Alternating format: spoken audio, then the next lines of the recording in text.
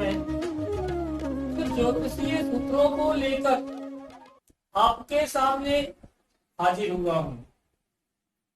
कल भी कुछ सूत्रों को बताया था, आज उन सूत्रों के आगे सूत्रों की कड़ी में कल शायद 8 सूत्र बताया था, 9वां सूत्र है जन्म कुंडली के अष्टम भाव में। अष्टम भाव से तात्पर्य ये 8वां नंबर, अनिवार्य नहीं कि 8 लिखा हो, 2 से शुरू होगा, 3 से शुरू होगा, गिनती बढ़ते क्रम में कोई भी गिनती आ सकती है, किंतु गुरु और शुक्र यहां उपस्थित हो गए तो जातक कोर्ट कचहरी, गुरु की 5वीं दृष्टि, 1 2 3 4 5, 5वीं दृष्टि गुरु की वैभव में जा रही है और शुक्र के साथ है। कोर्ट कचहरी अदालत के मामले में व्यय होगा और हार का सामना करना पड़ेगा जातक को। कष्ट भी होता है ऐसे जातक को जिसकी कुंडली में अष्टम भाव में गुरु और शुक्र की युति हो। ध्यान रखें, यदि कर्क लग्न हो, यहां पास 4 हो, 4 ये 1 की जगह पर 4, ये कर्क लग्न है। कर्क लग्न हो और यहां गुरु बैठे हो तो जातक महान यशस्वी, महान ख्याति प्राप्त करने वाला, निडर, पुजारी, धर्मात्मा, ज्ञानवान होता है। यही स्थिति अगर यहां भाग्य भाव में 4 लिखा हो, कर्क लग्न लिखा हो और गुरु यहां हो तो भी जातक महान यशस्वी, ज्ञानवान, गुणी, धनी, पुजारी, धर्मात्मा होता। 4 यहां है तो कर्क लग्न की कुंडली हुई, 4 यहां है तो 5 6 7 8 वृश्चिक लग्न की कुंडली में 4 यहां आता है, गुरु यहां बैठे हो तो निश्चित रूप से जातक महान ख्याति प्राप्त करने वाला, प्रसिद्ध नेता, निडर, पुजारी होता है। मित्रों, अगर आपको ज्योतिष सूत्र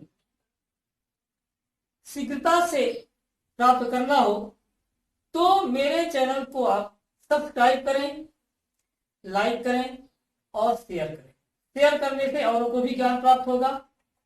सब्सक्राइब करेंगे तो आपको शीघ्रता से अगली वीडियो आपको प्राप्त हो जाएगी। अब मैं तीसरा सूत्र बता रहा हूं।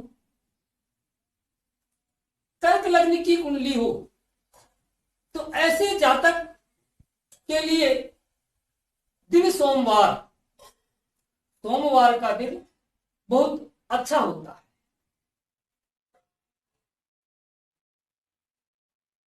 शनि यहां बैठा हो और तुला लग्न की कुंडली हो, तुला मतलब 7, यहां 7 लिखा हो और शनि बैठा हो, शनि वैसे भी उच्च का हो गया, तुला लग्न में शनि उच्च का हुआ, यहां पर सत नामक महापुरुष योग बनाकर लग्न में बैठा है तो ये विद्वान होता है जातक। किसी बालक की कुंडली में अगर यहां पर तुला लग्न हो और शनि बैठा हो, प्रथम दृष्टि में आप कह सकते हैं यह बालक प्रथम श्रेणी प्राप्त करने वाला बालक, अपने कक्षा में सबसे होशियार बालक होगा, विद्वान होता है। यदि तुला लग्न की कुंडली है और यहाँ पर शनि बैठा है लग्न में ही तो जातक विद्वान, बुद्धिमान, महान यशस्वी होता है। अब अगला सूत्र बता रहा हूं। दूसरे घर में शनि हो और बुध देखता हो, बुध कहां से देगा? प्रत्येक ग्रह अपनी 7वीं दृष्टि देखते हैं, कुछ विशेष ग्रह छोड़कर, जैसे शनि 3री और 10वीं दृष्टि देखता है। बुध अष्टम भाव में हो और शनि द्वितीय भाव में हो, किसी भी लग्न की कुंडली हो, द्वितीय भाव में शनि और अष्टम भाव में बुध देखता हो, तो जातक आकस्मिक धन प्राप्त करता है। यद्यपि शनि यहां होने से धन संचय करने की दिक्कत तो होगी, किंतु धनवान होता है, धन प्राप्त करता ही रहता है हमेशा। अब मेरा अगला सूत्र है राहु।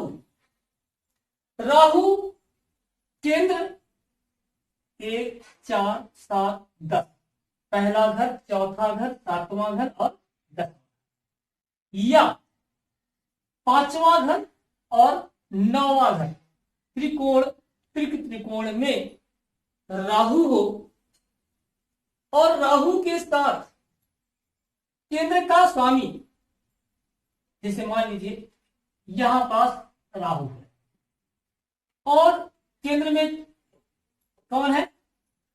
4। यद्यपि इसका स्वामी चंद्रमा एक दुर्योगी बन रहा है, राहु के साथ चंद्रमा होना ग्रह दोष को स्पष्ट करता है, किंतु जो सूत्र है वो है कि राहु केंद्र में हो या त्रिकोण में हो और केंद्र के स्वामी उसके साथ हो, तो ये महान योग कारक होता है। ये दूसरी बात है कि यहां पर ग्रहण का योग हो ही जाएगा। अगला सूत्र है पंचमेश और नवमेश। यदि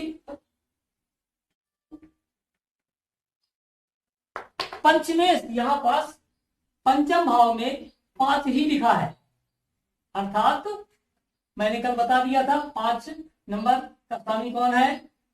सूर्य, और 9 नंबर यहां लिखा है, तो इस 9 नंबर का स्वामी कौन है? गुरु। तो ये पंचमेश और नवमेश अर्थात सूर्य और गुरु 7वें भाव में हो तो ये महान राजयोग बनता है। ऐसा जातक राजा के समान जीवन यापन करता है। अगला सूत्र है सूर्य 9वें भाव में हो। यदि सूर्य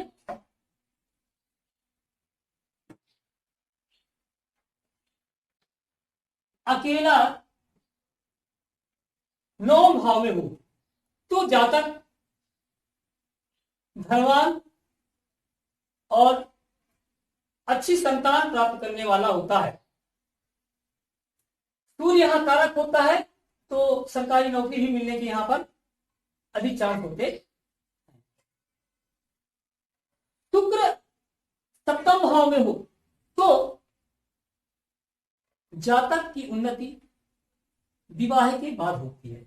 यदि शुक्र यहां पास हो, कोई भी लग्न हो, यद्यपि अभी तो शुक्र 7 खुद की राशि में है, ये लिखा है 7 शुक्र है ही श्रेष्ठ, लेकिन कोई भी लग्न, कोई भी अंक यहां हो सकता है, शुक्र यहां बैठा हो तो जातक की उन्नति विवाह उपरांत, विवाह के बाद ही होती है।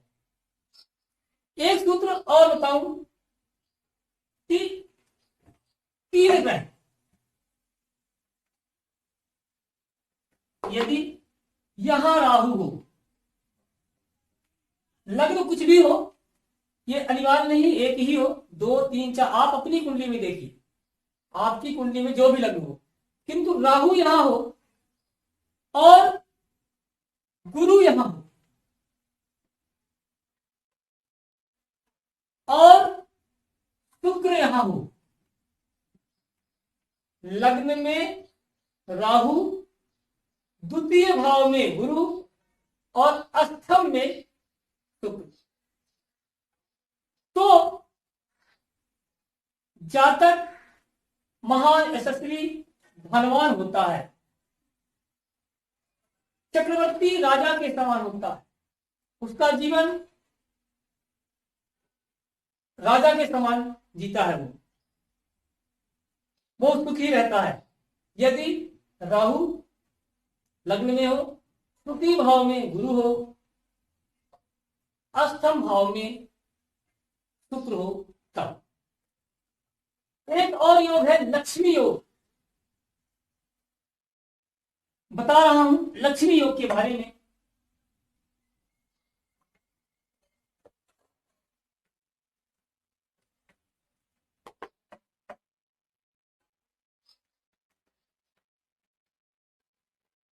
लक्ष्मी योग, भाग्येश, आपकी इस कुंडली में भाग्येश कौन है? गुरु। परमोच्च का होकर, गुरु उच्च का होता है। ये सब उच्च का और नीच का ये मैं आगे करके बताऊंगा। ज्योतिष सीखे कार्यक्रम में, ज्योतिष सीखे कार्यक्रम कल से ही प्रारंभ करूंगा, जिसमें क्रमशः बताऊंगा मैं लग्न, राशि, राशि के स्वामी, भाव, ग्रह, उच्च का, ग्रह नीच का, ये सारी जानकारी मैं अगले वीडियो में दूंगा। अभी तो ये जाने कि 9 नंबर, ये भाग्य भाव ये तो जान ही चुके हैं। भाग्य भाव का स्वामी उच्च का होकर, ये गुरु कर्क लग्न में उच्च का 5 अंश तक होते हैं, 5 अंश, 0 कला, 5 अंश तक गुरु यहां उच्च के होते हैं। तो भाग्य उच्च के हो, केंद्र में हो, और लग्नेश, यहां पर लग्न एक, लग्नेश मंगल बली हो, बलाबल के साथ हो, लगभग 12 अंश से ऊपर हो, तो जातक की कुंडली में लक्ष्मी योग बनता है। ऐसे जातक को धन की कमी कभी नहीं होती, कितने भी धन की आवश्यकता हो, उसे मौके पर धन प्राप्त हो ही जाता है। एक सूत्र मैंने कहीं पर पढ़ा था कि चंद्रमा से छठे, सातवें और आठवें घर में क्रमशः सूर्य, बुध और शुक्र हो तो जातक प्रशासनिक अधिकारी होता है।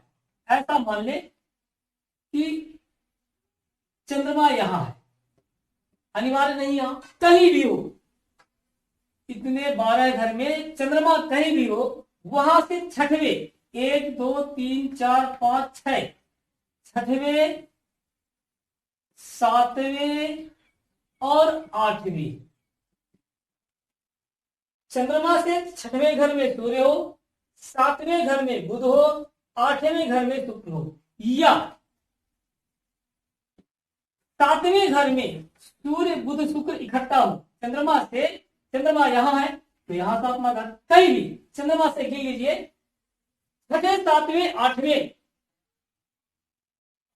भाव में यदि सूर्य, बुध, शुक्र इकट्ठे हो, लग्नेश बलवान हो, तो जातक निश्चित ही प्रशासनिक अधिकारी बनता है। मित्रों, ज्योतिष सूत्र बहुत सारे हैं, मैंने कुछ सूत्रों को निकालकर आपके सामने रखा। आप लोगों की समझ में कुछ तो आ गया होगा, ये लिख दिया था लग्न, लग्नेश, राशियां। अब मैं क्रमशः ज्योतिष सीखे कार्यक्रम प्रारंभ कर रहा हूं, जिससे आप अपनी कुंडली में मिलान कीजिए और अपने पास पड़ोस के लोगों की कुंडली देखिए, आपका ज्ञान बढ़ेगा और लोगों का परोपकार भी होगा, आप उनको बताएंगे। मैं कल से ज्योतिष सीखे कार्यक्रम प्रारंभ करता हूं, आप वीडियो को सब्सक्राइब कीजिए ताकि आपको सबसे पहले आसानी से मेरी वीडियो प्राप्त हो। बिल्कुल क्रम से सिखाना प्रारंभ करता हूं, अपने ज्ञानानुसार अपने ज्ञान का शेयर आप लोगों में कर रहा हूं। तब तक के लिए इजाजत दीजिए। नमस्कार।